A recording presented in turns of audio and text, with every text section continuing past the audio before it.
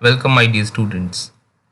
So, in the last class, we have discussed about the general trends of the boron family, and today we are going to move ahead in this chapter of p block elements, and we talk about the anomalous behavior of boron.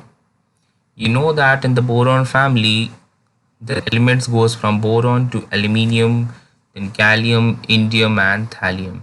Okay, you must remember its electronic configuration as well. So, looking at the boron, so it shows a very anomalous behavior. That means it is different from the other elements. Anomalous जब भी हम बात करते हैं that means कि एक family में से कोई एक मेंबर है जो डिफरेंटली बिहेव कर रहा है अपनी प्रॉपर्टीज़ में इन chemical and physical properties by other elements. ठीक है. So boron differs from aluminium and others family due to its smaller in size, क्योंकि ये पहला एलिमेंट है अपने ग्रुप के अंदर तो सबसे छोटा भी है. ठीक है. It possesses high ionization energy and high electronegativity. Ionization energy is again directly related to the size and the attraction between the outermost electron and the nucleus. ठीक है. तो वो अट्रैक्शन सबसे ज़्यादा वहाँ है जहाँ पे साइज छोटा है. ठीक है.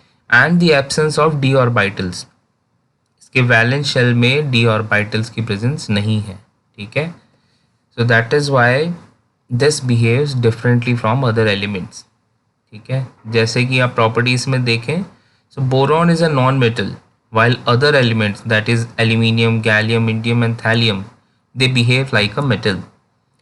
While boron is a poor conductor of electricity, while others they conduct electricity. Aluminium के वायर्स आप देखते हैं हर जगह, हर सिटी में जो वायर्स यूज़ हो रहे हैं that is of aluminium. Your gallium and indium they are also being used in semiconductor devices. Boron they has much higher melting and boiling points than the other elements. छोटे size होने की वजह से, high electronegativity होने की वजह से there is a greater attraction between the elements and therefore higher melting and boiling points.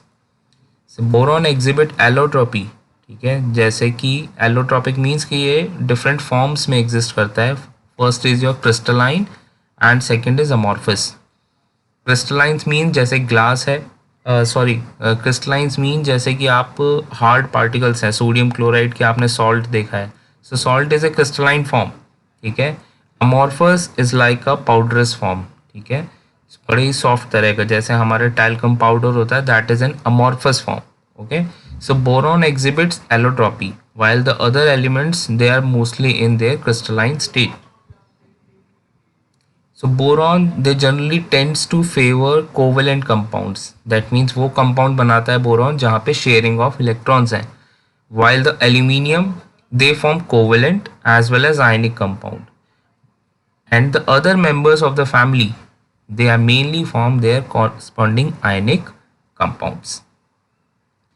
Well, while boron they form series of hydrides with hydrogen they are called boranes.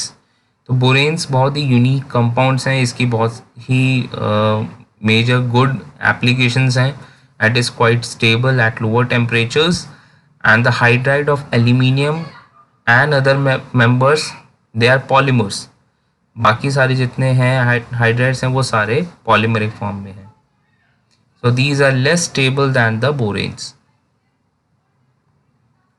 Boron trihalides they are monomeric in nature, while aluminium trihalides they are dimeric in nature.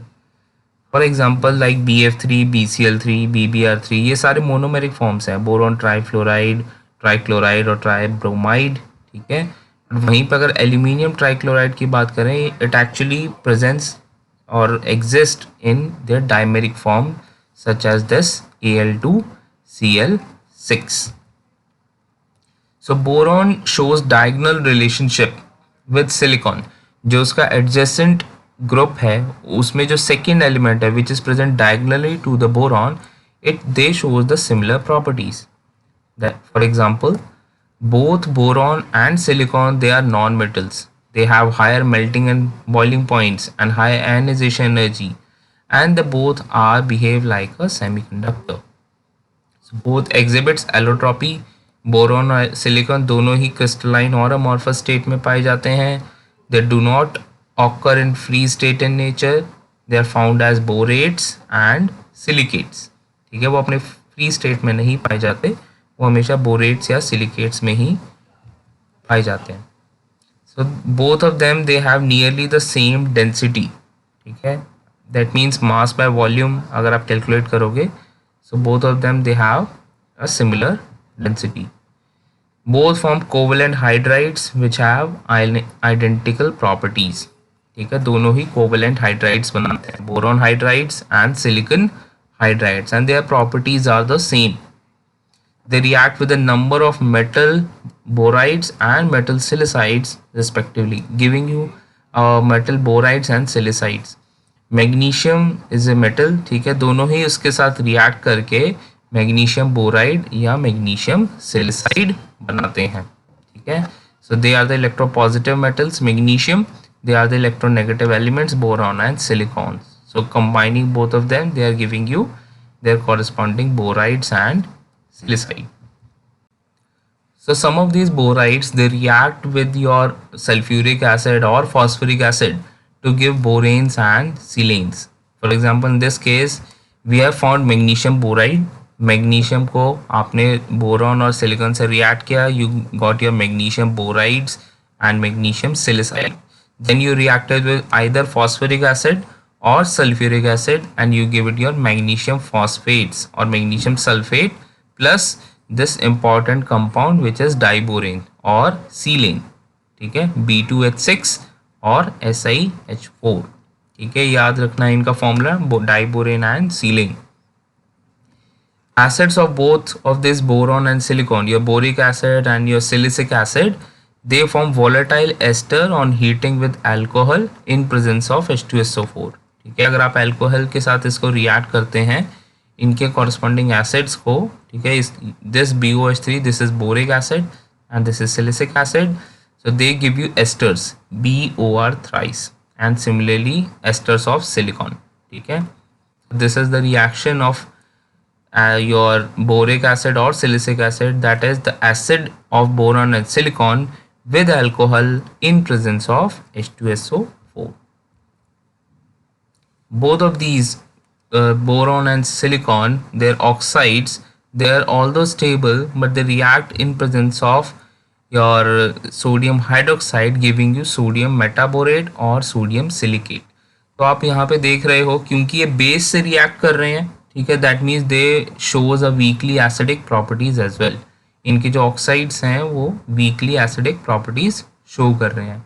और reaction क्या है, अगर हम उनके oxide को react करा रहे हैं, it must give you sodium metaborate. Okay, NaBO2 minus. ठीक है, मेटाबोरेट. एंड सिमिलरली Na2SiO3, यहाँ पे जो आयन है this is SiO3 2 minus. Okay, sodium silicate. Similarly, if we talk about their halides, इनके जो halides हैं they are readily hydrolyzed in water and giving you boric and silicic acid.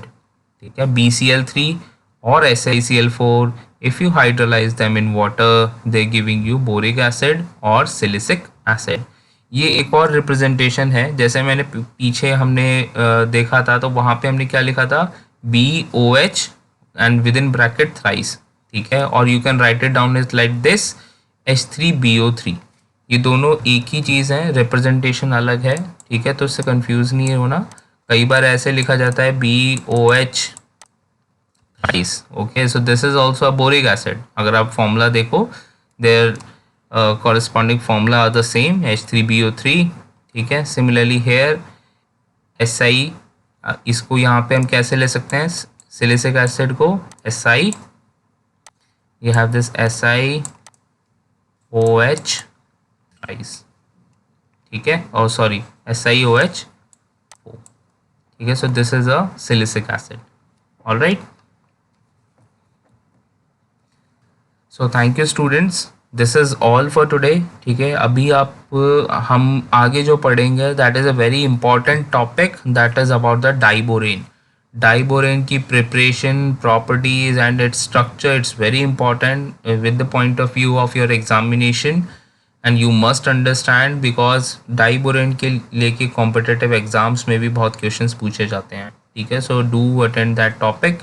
And for today's class, I will be posting you some questions. So do attempt that as well. All right.